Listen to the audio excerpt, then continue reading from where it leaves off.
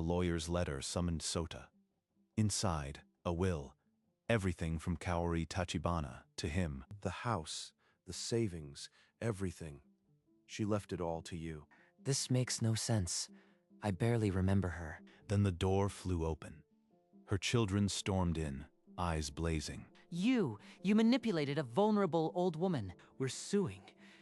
You'll end up with nothing but a courtroom nightmare. I haven't spoken to her in 20 years. Why would she choose me? That's exactly what we'll prove in court, that you forced her hand. The will trembled in Sota's grip. He had no defense, no reason, only a lawsuit.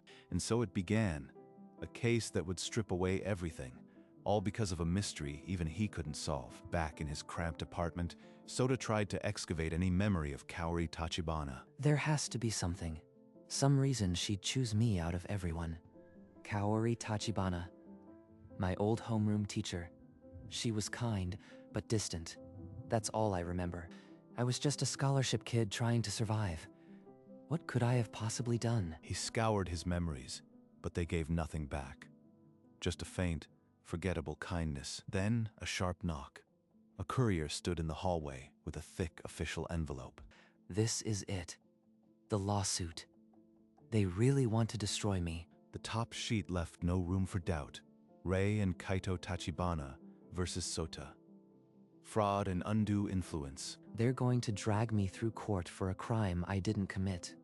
Over something I don't even understand. With no answers and no ally, Sota was now a defendant. The trial date was set. The real ordeal had only just begun. Sota returned to Tanaka's office, desperate for a strategy to survive the coming trial. If we lose, the court could see this as fraud. You need a defense, Sota. But I don't have one. I don't know why she chose me. Tanaka explained that Kaori's children had been estranged for years, only reaching out when they needed money. They pressured her, and when she refused, they vanished. That's why they're so aggressive now. So they abandoned her, and now they want to destroy me over the inheritance they feel entitled to. But that doesn't prove my innocence. It just makes them look bad. It's not enough. We need to find your connection to Kaori, where the judge may rule against us. The trial was 3 days away. Sota walked out with nothing but dread. He had become a target for a crime he couldn't remember, with a victim who couldn't be questioned. The courtroom was a cold stage, and Sota was an unwilling actor in a play where the script had already been written against him. The plaintiff's attorney painted Sota as a stranger who preyed on an elderly woman's isolation. He showed up after my mother cut contact with us. He must have pressured her to change the will. Kaito watched from the plaintiff's table, a smug grin fixed on his face, as if victory were already certain. Then Sota took the stand. Every eye in the room bored into him as he swore to tell the truth. I honestly don't know why she chose me. I hadn't seen or spoken to her since high school. You say you don't know her, yet she left you everything. That's difficult to believe. They're twisting everything. My confusion looks like guilt. By the time the session adjourned, Sota's honest bewilderment had been reframed as calculated evasion. He left the courthouse a marked man. I'm going to lose. They'll take everything and paint me as a criminal. The second day of the trial began with Rei Tachibana retaking the stand, her voice sharp with rehearsed grief. My mother was alone. She was ill, and he saw an opportunity to steal what was ours. The courtroom felt the weight of her words. Several gazes shifted toward Sota with new suspicion. Steal. I've never asked her for a single thing. I don't even understand why this is happening. You say your mother was vulnerable, yet you had no contact with her for years. Why should the court trust your account of her state of mind? Because I was her daughter. I knew her. This stranger knew nothing, and suddenly got everything. Tanaka had no witness, no document, no memory to counter her story. His cross-examination landed without a hard edge. She's rewriting history, making me the villain when I am the one who lost everything too. By the mid-afternoon recess, the air was thick with defeat. The case had leaned decisively in the plaintiff's favor. There's no way out. No memory, no proof. Just a slow walk into a guilty verdict. After the recess, Kaito Tachibana took the stand, his tailored suit a weapon in itself. He had no job, no prospects. An inheritance from a lonely old woman was his golden ticket. That's not true. I worked hard. The scholarship was my only way out. The plaintiff's attorney asked about Sota's high school days, specifically his financial struggles. He was a charity case. People like that learn to take whatever they can get. They're turning my poverty into a crime. Objection. The defendant's financial background isn't on trial here. Overruled. The witness may answer. He saw a vulnerable woman with money and no one to protect her. It's obvious. The words hung there, seeping into the courtroom like slow poison. Sota's own history was now the accusation. During the recess, Sota stumbled into a side hallway, his spirit crushed under the weight of the testimony. I am done, Tanaka. Let them have it all. I can't keep fighting a ghost. You can't give up now. There has to be a way. He doesn't understand. Every second I sit in that room, I am painted as a thief. Sota had already made up his mind. He pulled out the renunciation form he had prepared the night before. I just want this nightmare to end. Give me a pen. Before the pen touched paper, Tanaka's voice cut through the silence like a blade. Wait. Kaori Tachibana left a video will, a final testimony. If you renounce this, it will never be seen. A video from her? Could it actually prove my innocence? The pen hovered, frozen. The trial had just taken an unseen turn, and a dead woman's voice was about to speak. She recorded this when she knew she was running out of time. It's her final testimony, sealed by her own hand. But what if it just confirms their story? What if she says I pressured her? She had a lawyer draft this. If it were damaging, she wouldn't have bothered. Trust me. When the court reconvened, Tanaka wasted no time. He moved to enter the video as evidence. The siblings' lawyer shot up, objecting that the video was fabricated, prejudicial, anything to keep it out. This video was legally recorded and notarized. Objection overruled. It will be admitted. Rei's face lost its color. Kaito's smirk finally vanished. They hadn't anticipated this. The judge set the viewing for the next morning. The courtroom would sit in silence until then. One more night. Tomorrow, a dead woman's voice decides my fate. The trial now rested on those unseen minutes of tape. Everyone in that room knew nothing would be the same after it played. Back in his apartment, Sota sat alone in the dark, the weight of the coming morning pressing down on him. What if that video exposes some unforgivable thing I've done and completely forgotten? I keep circling back to the same memory. Her handing me a textbook after school. Just a small kindness. But that can't be it. She was just my teacher. There was nothing special between us. So why does it feel like I've forgotten something crucial? Hours passed, but sleep never came. Then his phone buzzed. Tanaka's name glowing in the dark. Sota, tomorrow, whatever that video shows, you need to stay calm. Don't react. The gruo estru emeshu, don't react. The court will be watching everything. How can I stay calm when her words might bury me? I don't even remember what I am supposed to have done. Trust the evidence. Trust her. She chose you for a reason. Get some rest. Rest? As if I can shut off my brain. In a few hours, the whole world will know something about me that I don't. When dawn broke, it brought no relief. Only the weight of unanswered questions and a courtroom waiting to pass judgment. Sota walked into the courthouse under a gray morning sky. Every step felt heavier than the last. Inside, the courtroom was already charged. Rei and Kaito sat at the plaintiff's table, their confidence restored. They think they've already won, but they don't know what's on that tape either. The court will now view the video submitted by the late Kaori Tachibana. Let the record show it has been authenticated. The room fell into a heavy silence. The court officer dimmed the lights and stepped toward the television. This is it. Any second now, her face will fill that screen, and I still don't know what I did. Steady. Whatever happens, remember, she wanted this scene. A faint hum filled the courtroom as the television came to life. Static, then the first frame. Every breath in the room seemed to pause. Even Rei and Kaito couldn't look away from the screen. Then the screen resolved into a soft lit room. And there, sitting in her armchair, frail but composed, was Kaori Tachibana. My name is Kaori Tachibana. If you are watching this, I have passed on. Please listen. I was diagnosed with a terminal illness last year. I knew I had little time left. When I got sick, my children came back into my life, not to comfort me, but to ask for money. They pressured me, argued with me, demanded that I hand over everything before I died, and when I refused, they disappeared again. I was completely alone. Ray's knuckles went white on the table. The courtroom was deathly still. She spent her final days in solitude. And I am being painted as the predator? But there was one person who was different. Someone who gave without asking. He doesn't even remember what he did. It was such a small thing, but it meant everything to me. The screen flickered for a moment. Kaori took a deep breath. Whatever she was about to say, no one in that room could look away. I am not saying this to shame my children.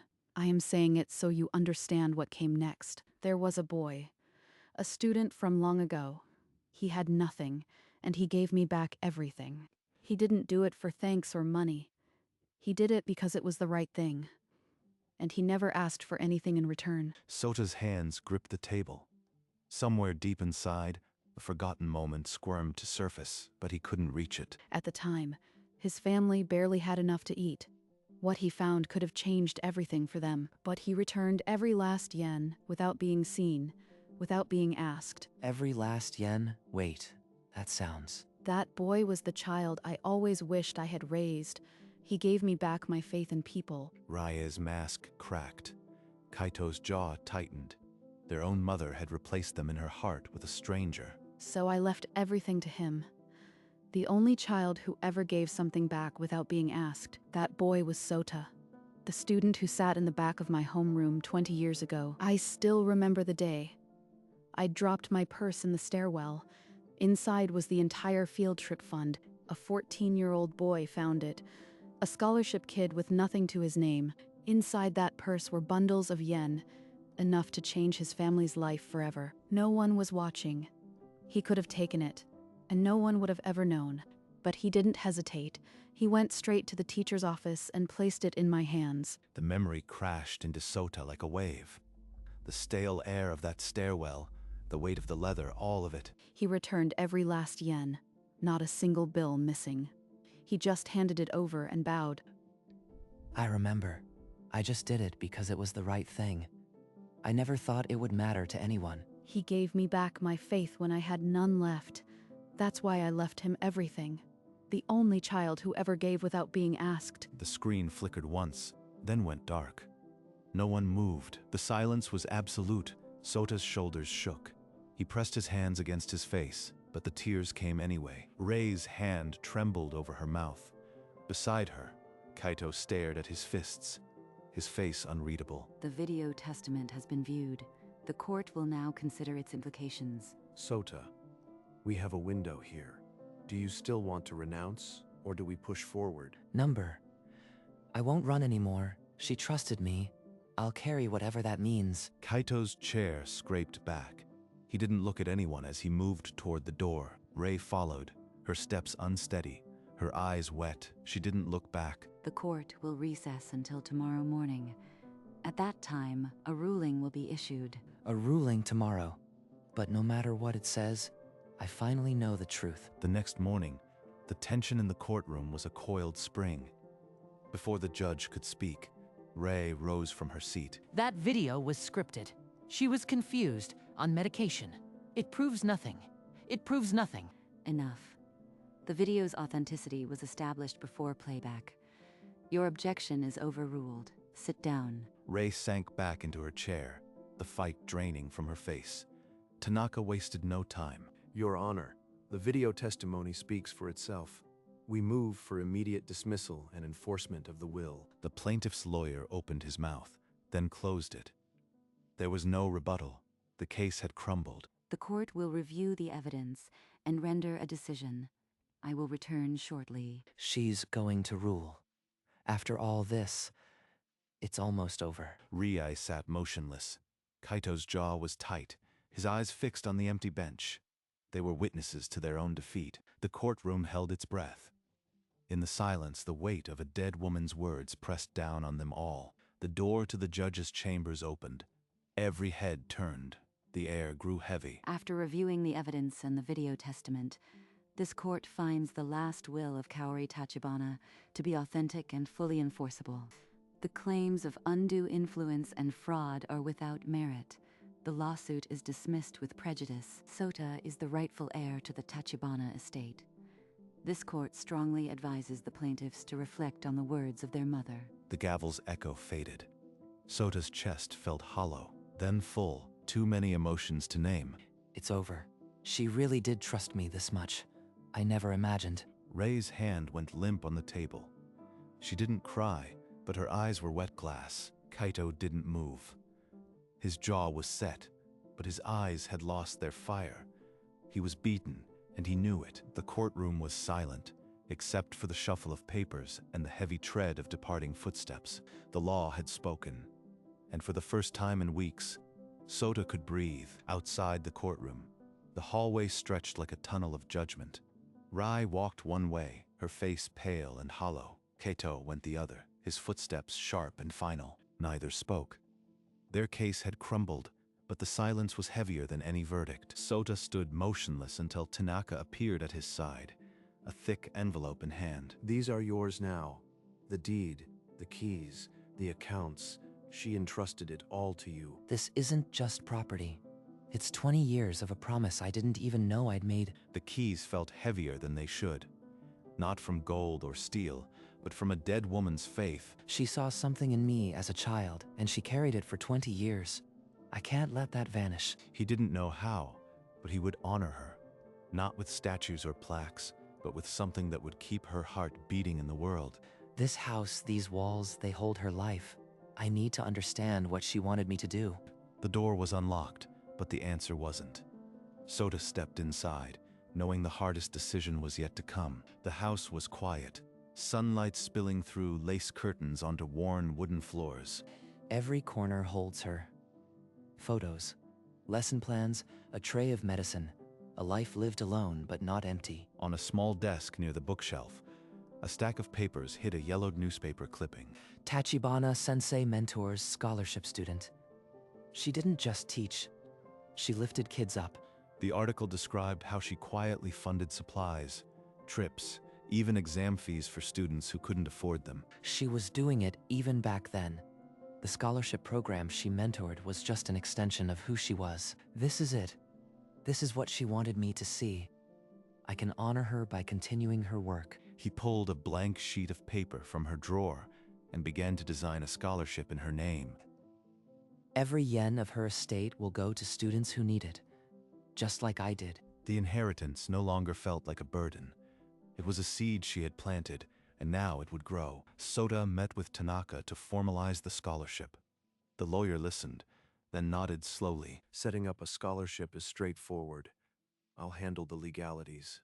You just need to sign. All of her savings, her house, it's all going into this fund. A perpetual chance for kids who have nothing. Within weeks, the Kaori Memorial Scholarship was official.